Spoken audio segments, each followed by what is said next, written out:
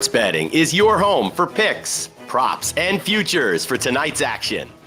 Bettor Sports Betting wants to know what picks you're playing tonight. Tell us in the live chat on YouTube, Twitter, and the Bettor Sports Network app. This is Bettor Sports Betting with Fantasy Alarm's Dan Servodidio. What is going on, everyone? Welcome in here to the Bettor Sports Betting Show on a Wednesday afternoon. Got Howard Bender with me. I am Dan Servodidio on this Bettor Sports Betting Show. What's up, Howard? How you doing, man? I'm doing well, man. I'm doing very well. Been starting my research in on this week and looking at some different things and narratives and point spreads and trying to figure some stuff out. It's going to be an interesting week for sure. Yeah, we got NFL Week 11 to break down today, giving out some early leans, looking at the odds, on the midweek before Sunday's games. Friday's show, me and Howard give out our actual betting picks and player props for these games. But, just giving some early looks at these games. So it will be always nice to do that on a Wednesday and throw your own, leans, bets that you're looking at for this week in the chat here. Whether you're watching on YouTube, on Fantasy Alarm YouTube, Bettor Sports Network YouTube, and we'll get to those as they come in, as we usually do. And also like and subscribe this video if you are watching right now. That helps us out, get some more views, get some more interaction in the chat there. I'll be giving out some college basketball picks again today for it was a fun Champions Classic last night. Hit on a couple bets, missed a couple as well that I gave out yesterday, but a new slate tonight, some interesting matchups I'll give out some picks for. And then our producer, Adam Bernard, has some NHL bets for tonight's games too. So we'll get to those. By the way, yesterday, John and Pemba, a late addition to the show, he was on fire with his bets. I think he went 4-1 with his bets he gave out on the show. So he was killing it in the NBA. So we're just handing out winners on this show. That's all. Well, I knew you guys didn't want me. That's why I tapped out. It was pretty funny. We were wondering if you would notice at all that John and I switched out, for in the middle of that, because you didn't miss a beat, right? I thought you just shaved your beard real quick and put some glasses on. Well, that's great. I'm glad he had some winning picks for you guys. Let's keep this rolling, man. Let's keep it going. All right, let's dive into Week 11, as we always do on Wednesday's shows, talking early leans and odds for some of these notable matchups. The tightest spread this week, it was Rams -1. Now it's flipped actually to Seahawks -1. 46.5 is the over/under for this game. NFC West divisional matchup, rematch of a game they already played earlier this year. It flipped back and forth. I mean, maybe the early lean is looking to the Seahawks now that the money has gone that way. But I think overall in this game, probably looking at the over here, because we got the Rams coming off their bye and just another week for Stafford to get more healthy. And, the offense had started to click when he was healthy with Cooper Kupp back too. But I think now that he is, got another week, I feel like that helps this offense for the Rams. And the other side, the Seahawks defense, kind of taken a step back in recent games. They were really good early in the year, but have let, last week almost lost to the Commanders and let them hang around. So maybe an instant lean to the over here. What about you? Yeah, I need to see a lot more based off of what does Stafford look like in practice? Because I'm wondering, listen, it's a UCL sprain and it's, it's right here, in the thumb. And so right there. And so the question is does he have touch? Does he have, can he put the proper zip on the ball? I'm really kind of wondering what he's gonna be like. And I think that's kind of that whole thing is, where is that? I know you're looking at the over there. I'm kind of wondering, if Stafford, with flipping back to Seattle, are they thinking that, maybe there's a chance that Stafford really isn't ready to come back? Is that, what could be going on right now? Because, I don't know, man. This one's a tough one for me. I mean, it's definitely Geno Smith can be really bad, and we've seen him be really bad this year. He's got these great weapons, but whatever, sometimes it just doesn't work. Now, Rams' run defense is better than its pass defense. So are they going to stifle Kenneth Walker a little bit, or and if that's the case, does it really fall onto Geno Smith's shoulders? So, I don't like this one here at all. And I know that it's so funny. You look at the over unders for what they've been for like the last, I don't know what, 2-3 weeks. A lot of games in the 30s. A lot of games. Now all of a sudden this week we got big point spreads, and then all of a sudden, like, the over-unders, they're climbing up, further and further as the public is getting more and more excited about, maybe we're going to see some like high scoring games here. So I do kind of worry about that aspect. I will probably avoid this game, but if I had to lean somewhere, I'd lean on the under. I worry about it. I would also just lean to the Seahawks, as I mentioned, because of the flip there. And, you just on the surface, this is a 6-3 Seahawks team facing a 3-6 Rams team. I mean, you'd think that the Seahawks should win this game, but listen, there's a reason Geno Smith got punched in the face. Oh, wow. Just throwback to that one.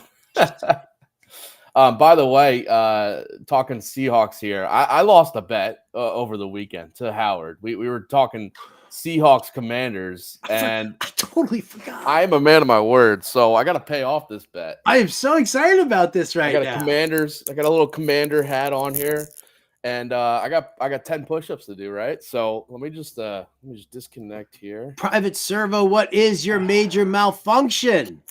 Let me just put this on the ground here Unbelievable. Ladies and gentlemen, you are witnessing greatness here as he pays off a bet on the Seahawks that he lost in the Seahawks Commanders game. Private Servo, give me 10. I got you, manager. 3, 4, 5, 6, 7, 8, 9, 10. Look at that. Dude, there's zero chance that I could do 10 push-ups. I don't know how you just did that. You're so much in better shape than I am. Well, I did lift some weights over the weekend to make sure I could do 10. So sickness and all, I was ready to do it. So yeah, that's I gotta pay off the bets. You wore your Taylor Swift shirt when you lost the bet. I gotta do my push-ups. I gotta tell you, I think I actually won that bet. That Taylor Swift shirt is spectacular. You have no idea. I wore it during the day. I got so many compliments on that. I'm gonna wear this the rest of the day. How about that? There you go. Salute to service, baby. 100%. I love it. All right, next game for week 11, we'll break down the largest spread. There's a few large spreads, as you mentioned. We got some potential blowouts coming up, but Raiders on the road at the Dolphins. 13.5 is now the spread for the Dolphins here. 46.5 is the over/under. Thoughts on this game? Yeah, I hate laying that kind of points, right? I hate laying that kind of points, especially when you're talking about the fact that like the Raiders are like really on the come right now, aren't they? Like they've won some games. Everybody seems to be buying into the system. We haven't heard any Devontae Adams whining and crying here so far. I mean, granted, it's Wednesday. You still don't know. It's a couple of days of all of that. So all of these things are trending in such a great area, way for the Raiders, right? I mean, it's really feeling good. So you would think that they would want to cover that spread, right? Nope. No.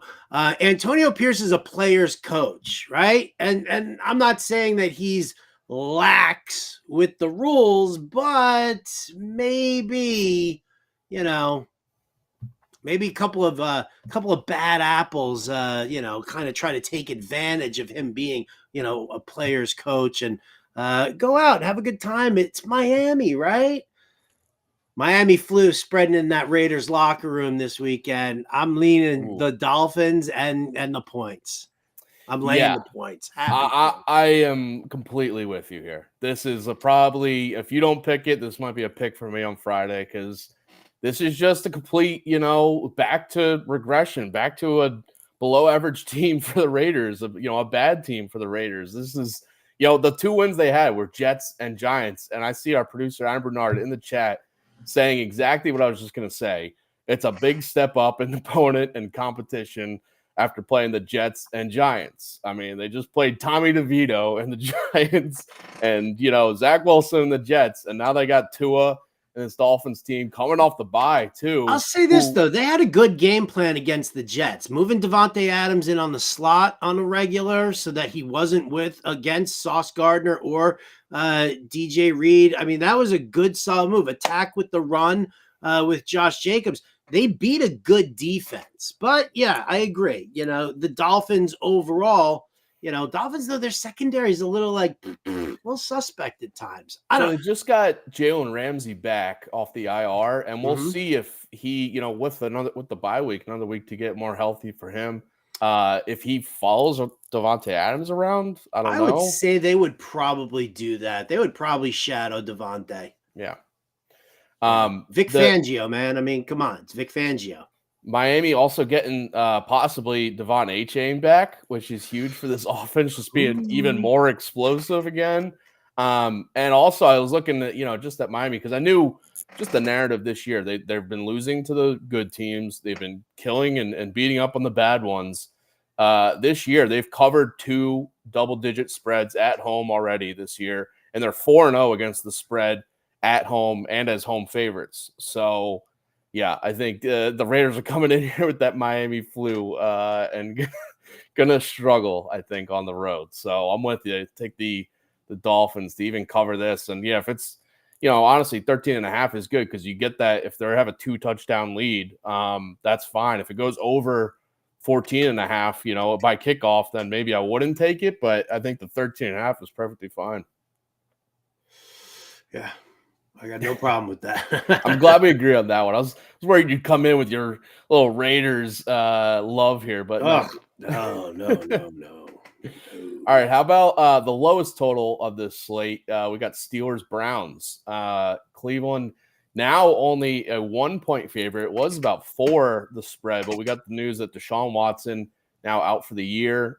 Dorian Thompson-Robinson expected to start for Cleveland here.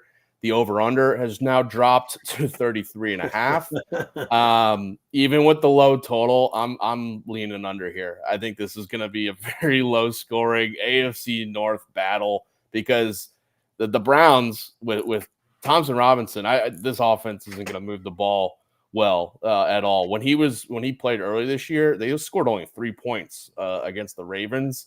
And the Steelers are, still a solid defense. The offense for them has been a worry, and that inconsistency going on the road here against a really good Cleveland defense, I think is just all the factors here, just pushing to the under. Steelers 7-2 to the under this year too. So I don't know. What do you think about this one? I'm not worrying about who's going to win. I'm just kind of looking at the total. Yeah, listen, I think the under is the proper lean here. I don't know.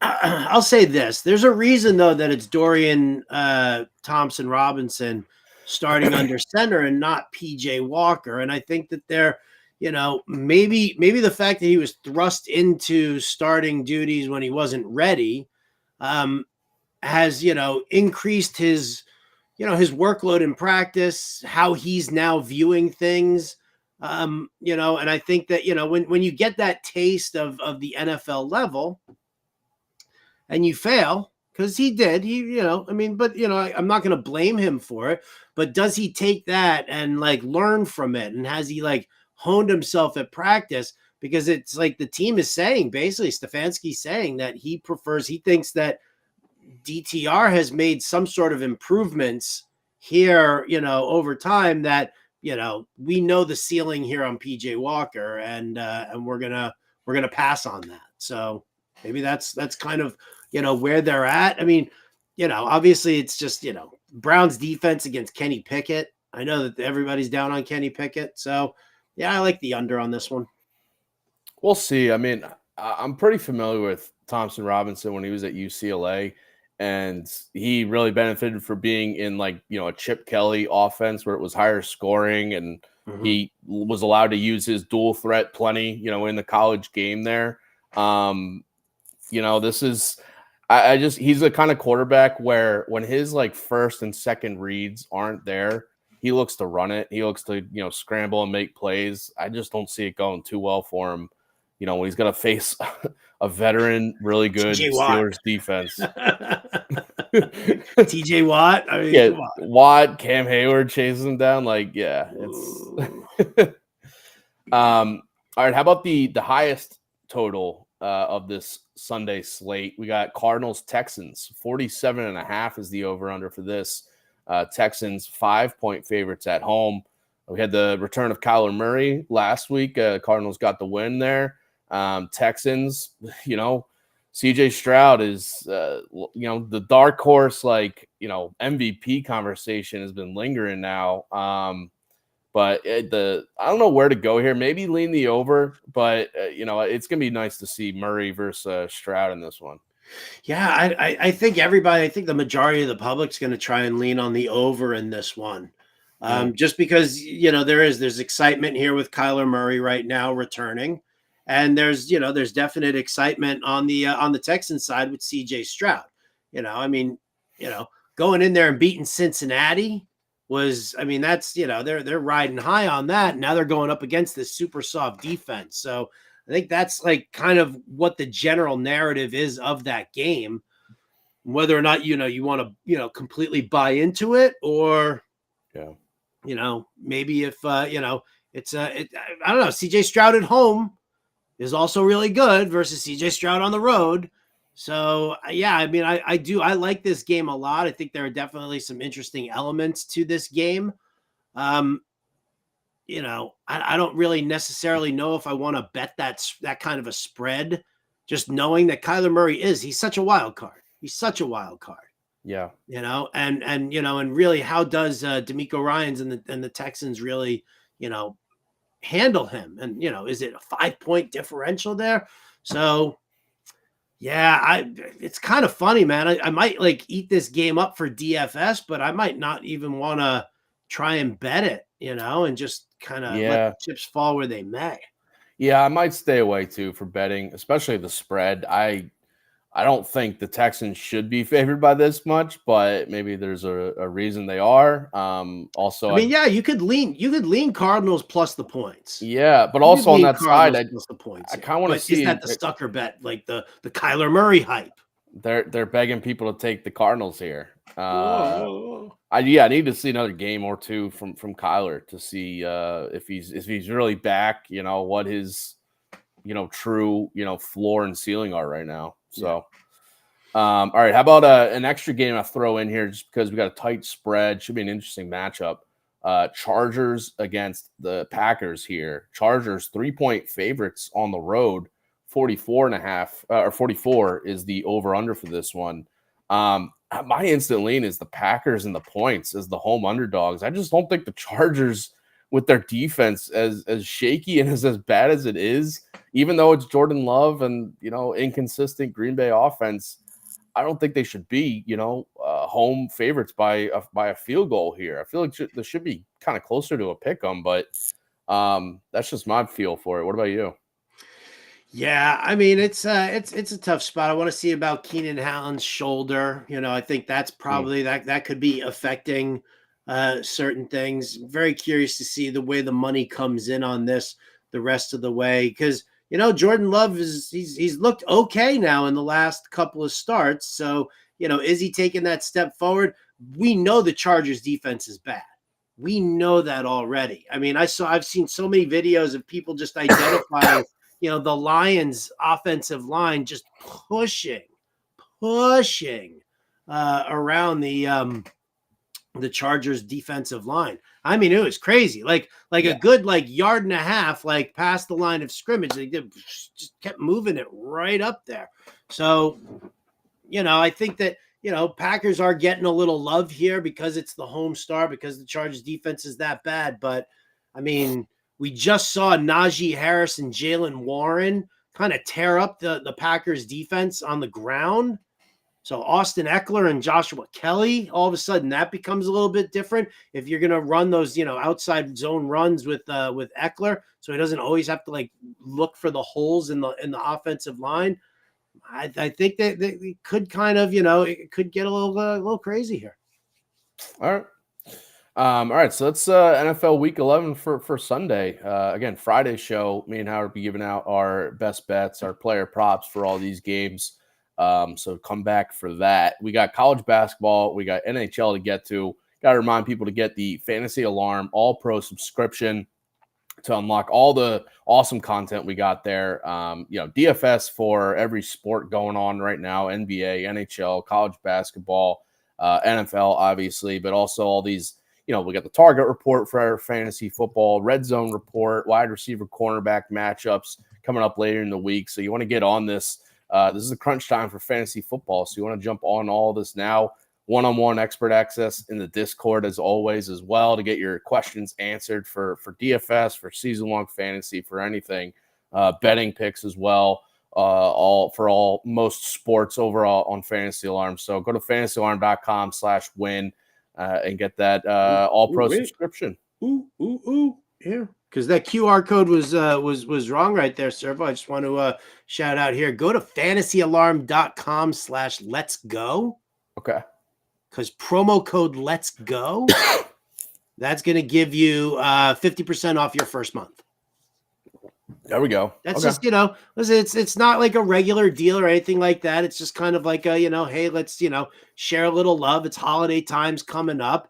I'm sure we're going to have some stuff going on around Thanksgiving. I'm sure we're going to want, something on the whole thing. And whatever. So yeah, I think that's where you want to go. You want to go to fantasyalarm.com/let's go, promo code let's go. That'll take 50% off your first month. Just that. All right. All right. Happy holidays. I'm sure we'll have other stuff. All right. I got some college basketball bets I want to throw out here. Hit on the under on Michigan State Duke last night. So that was nice to see. It barely hit the under, but thankfully a slow start from both teams really helped us cash that one. Got another under here. We got Georgetown against Rutgers tonight, and I'm taking the under. It's 133.5 on BetMGM, and I still like it, even though it is a lower total, because we got both teams coming in playing at a slow pace this year. Rutgers has been doing it for years under Steve Peichel, and Georgetown is now a slower paced team because they have Ed Cooley in town from Providence. He did it for years at Providence, being a slower scoring, slower paced offense. So this is just a matchup of two teams that just prefer to slow it down. Rutgers runs their offense, through their center, Cliff Omarori, which results in these longer possessions, results in just a slower pace in general. They're not a great 3-point shooting team this year, and they weren't last year either. So this is kind of a trend for them that's carried over from last season. And they're going to rely on Omaruri down low more often than not. So that part of it. And then Rutgers is a very good defensive team. They were 6th in the country in defensive efficiency last year. They're top 40 so far this season. And I think they're going to hold Georgetown's offense in check here. Their first 3 games this year have all gone under this total and under the listed total for Rutgers' games. And Georgetown, they've played 1 competitive game so far. It was a home loss to Holy Cross where they only scored 67 points. Again, against Holy Cross, this is a step up in competition now against Rutgers on the road for them. And they went through, with the coaching change to Ed Cooley from Patrick Ewing, Georgetown went through a complete roster overhaul this offseason, and the offense is still kind of going through some growing pains early. We saw it against Holy Cross, and they're still waiting to see, which guys are going to be their go-to scorers.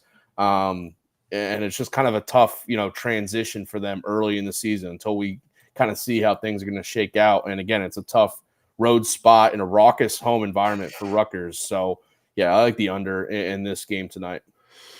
Excellent there. Excellent. New Jersey's finest, Rutgers University. Yeah. Piscataway, New Jersey.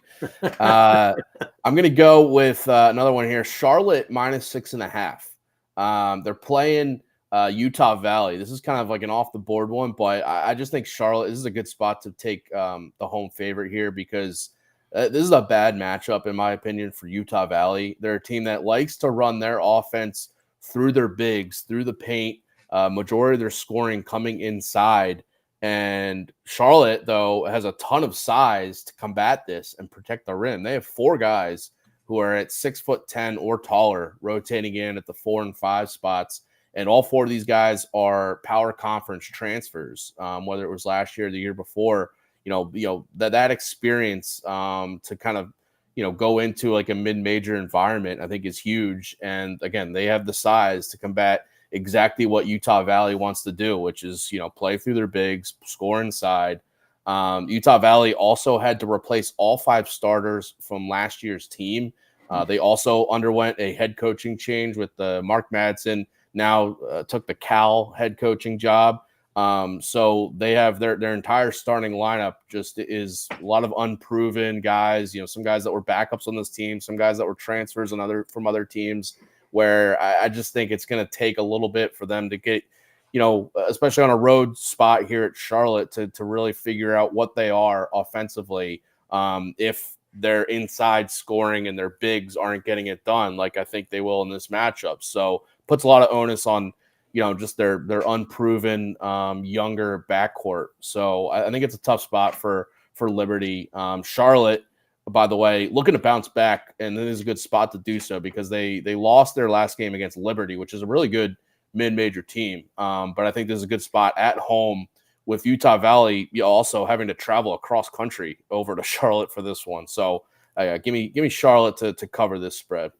Charlotte, Utah Valley. That was that was a game that how do you even identify a game like that? I mean, in this vast sea of college basketball games, Charlotte, Utah Valley. I mean, this is what I do. This is the research and that's like the deep dive, man. That is the deep dive. You want another deep dive? Yeah, I got another give me more. Deep. This might be deeper. Cripple Creek State Teachers College? Close to that. We got Canisius against Cleveland State, and I'm taking the over in this one. Over 144.5. I've actually heard of both of these schools. Okay, there you go. Utah Valley, I didn't even know existed, but these 2 schools, I at least know that they exist. Utah Valley does exist, and so do these, as you know. But all right, so Cleveland State, they have a really good wing pairing between Tristan Onaruna and Tay Williams. These 2 guys are their anchors offensively. They're very good, playing off each other and driving to the basket, scoring from outside. They have a really good, solid backcourt too. Drew Louder and Tevin Smith. The Cleveland State, this is a team that's going to be, contending for the Horizon League title this year. Was pretty solid last year, and return a lot of their main core guys from last season. So I think they're going to score plenty against a bad Canisius defense that gave up 89 points to Syracuse in the season opener. I know Cleveland State's not totally on par with Syracuse, but I just think that seeing that output, especially on the road, which is what Canisius is here against Cleveland State, I think Cleveland State's going to have their way offensively. They're a really good shooting 3-point team, 42% from deep so far this year. Also a very good offensive rebounding team, so they're getting a bunch of second chance points too, especially with their wings, Onaruna and Tay Williams. So I like Cleveland State to really set the tone here to be a higher scoring game. Because on the other side, they are a poor defensive rebounding team and a poor 3-point defense too. So Canisius comes in, they're going to have their chances from deep. They're shooting lights out from 3 so far this year, and they should also get a lot of second chance points on the offensive end with how bad Cleveland State is on the defensive boards. Cleveland State, by the way, with this, putting all this together, both their games against D1 opponents this year have been over this total, higher scoring. They've been over the totals. So I think this is going to be a similar situation where it's going to be a higher scoring game. So yeah, Canisius, Cleveland State, take the over. I will take the over then. All right. Canisius against Cleveland. This is the slate's not great tonight. We don't have Duke against Michigan State. We don't have Kansas against Kentucky, but when you got this is what the slate gives you. You got to dive into some of these smaller teams. I guess, man. I would rather bet NHL than to bet Canisius versus Cleveland State or Charlotte, Utah Valley. Well, speaking of that, let's bring in our producer, Adam Bernard, because hopefully he has some hockey bets for us. I don't think there's going to be any rando teams like Canisius or Cleveland State, right? No, we're not coming at you tonight with any like AHL bets or props or anything like that. Nothing from like the Ontario Hockey League. We're not touching any juniors tonight, so That's a shame. keep it just to the professionals. What's the over under on Medicine Hat versus Moose Jaw? I mean, Moose Jaw, they're due Moose Jaw, so I mean they should hit the puck in the net a lot tonight. So I go over there. Let's start. I got a prop and a bet from the Anaheim Colorado game tonight. First up, the Avalanche. I like them on the puck line -1.5 at -125 on Caesars. Anaheim won last night in Nashville, had a 3-goal third period rally, but they're on a back-to-back with the second half being in a mile-high city against one of the best teams in the league. At 4 of Anaheim's 6 losses this year have been by 2 or more. On the flip side of that, Colorado's 8 of their 9 victories have been by 2 or more. So this is a nice spot here for Colorado to tee off. And they looked good against Seattle last night. So it looks like they got back on track after a rough stretch there. On the flip side, Frank Vetrano, Ducks winger, over 2.5 shots on goal, -130 tonight. He's hit this in 10 of 15 games this year. And 4 of the 5 times he missed, he got to 2. So he's close even when he's not there. He's probably going to be shooting the puck a lot tonight. If Colorado's going to be up as much as I anticipate, they're going to be trying to throw the puck at the net late. And he's on a good line with red-hot Mason McTavish and pass first Ryan Strome. So I like the over 2.5 shots on goal there for Frank Vetrano and the Ducks tonight. All right. Listen, I put your Panthers on the puck line bet last night in, and it cashed, right? 5-3 final for them. So I'm putting these in now. You got another one, right? Yes. So we got one more. It's only a 4-game slate tonight, so not a ton I like, but Philly, Carolina under 6.5, -120 on Bet Rivers. Since clearing, so the first 6 games of the season were all over for Carolina. 7-9 is the 7 of the last 9 have gone under, including a 3-2 game and win over Philly in that stretch.